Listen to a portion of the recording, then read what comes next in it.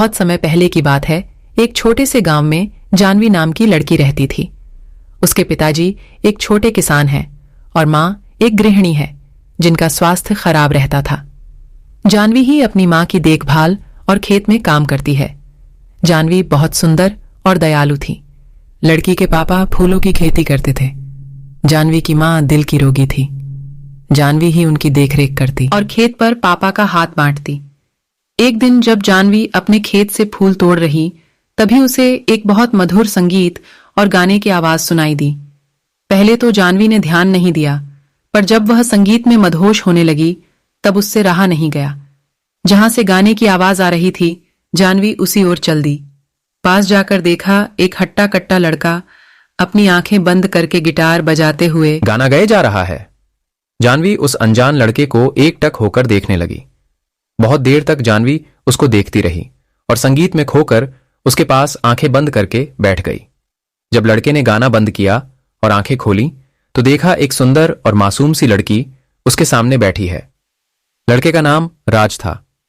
राज ने पूछा, कौन हो तुम? जानवी एकदम से चौंक गई और कुछ न बोल पाई। राज गांव का लड़का था जिसको संगीत में बहुत रुचि थी, पर घर वालों के कहने पर वह शहर में पढ़ाई करने गया था और नौकरी न मिलने की वजह से गांव वापस आया था। उस दिन दोनों बैठकर घंटों बातें करते रहे और दोस्त बन गए। जानवी को राज पसंद आ गया और दोनों रोज मिलने लगे। बहुत कम समय में दोनों एक दूसरे के प्यार में पड़ गए। जानवी को अपनी किस्मत में पाकर राज खुश रहने लगा, पर उसकी यह खुशी ज्यादा दिन की नहीं थी। एक दिन जानवी के पिता ने दोनों को एक साथ पकड़ लिया और राज को दोबारा उनके गांव में आने से रोक दिया।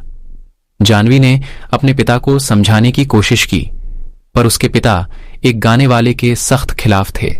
जब जानवी की मां को यह पता चला तो उनकी तबीयत और बिगड़ गई। इस बात से परेशान होकर जानवी ने राज से फोन पर भी बात करना बंद कर दिया। राज ने मायूस होकर गांव को छोड़ दिया। देखते देखते समय गुजरता गया और जानवी की शादी की बात चलने लगी, पर जानवी अब तक राज को भूल नहीं पाई थी। उसको राज का वह वादा याद आता जो उससे करके गया था। चाहे कितना भी वक्त लग जाए, मैं एक दिन कामयाब होकर तुम्हें लेने जरूर आऊंगा। मैं मरते दम तक बस तुमसे ही प्यार करूंगा। तुम मेरा इंतजार जरूर करना।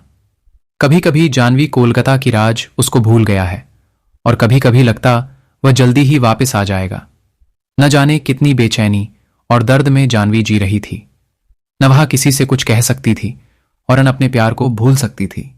एक दिन एक लंबी सी गाड़ी उसके घर के बाहर रुकी, जिसके पीछे गांव के बच्चे दौड़ रहे थे। इससे पहले गांव में इतनी महंगी गाड़ी कभी नहीं आई थी।